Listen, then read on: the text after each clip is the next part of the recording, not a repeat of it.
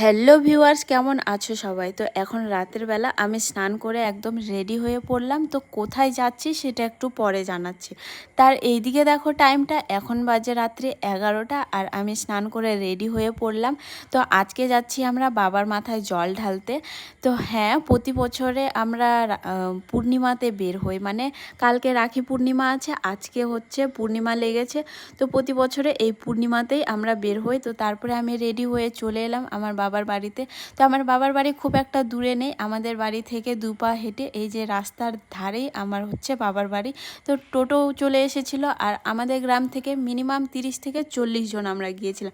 প্রতি বছরে এরকমই ভিড় হয় আর ওখানে অনেক মজা হয়। তো আমরা দেখো অনেক মজা করতে করতেই যাচ্ছিলাম। তো তারপরে এদিকে দেখো 8টা টোটো রিজার্ভ করা হয়েছিল আর টোটোগুলো একদম ভর্তি হয়ে গিয়েছিল। তো লোকেশন ছিল নাগর, আমরা যাচ্ছিলাম নাগরে, ওখান থেকে জল নিয়ে আসতাম আর আমাদের অমরনাথ মন্দিরে পুজো দিতাম। আর হচ্ছে ওখান থেকে জল নিয়ে আস্তে আস্তে আমাদের প্রায় সকাল হয়ে যায়। আর এখন আমরা বেরিয়েছিলাম রাত্রি 12:30টার সময়। তো এখানে লোকেশনে আমরা পৌঁছেছিলাম রাত্রিবেলা 2টোর সময়। এখানে দেখো এই যে এগুলো সব আমাদের গ্রামের মানুষ ছিল। তারপরে এখানে স্নান করে সবাই 5বার পরিক্রমা করলাম। করার পরে এখানে অনেক ঠাকুর ছিল, সবাইকে পুজো দিলাম এক এক করে। পুজো দেওয়ার পরে তারপরে এখান থেকে আমরা 3টার সময় বেরিয়েছিলাম।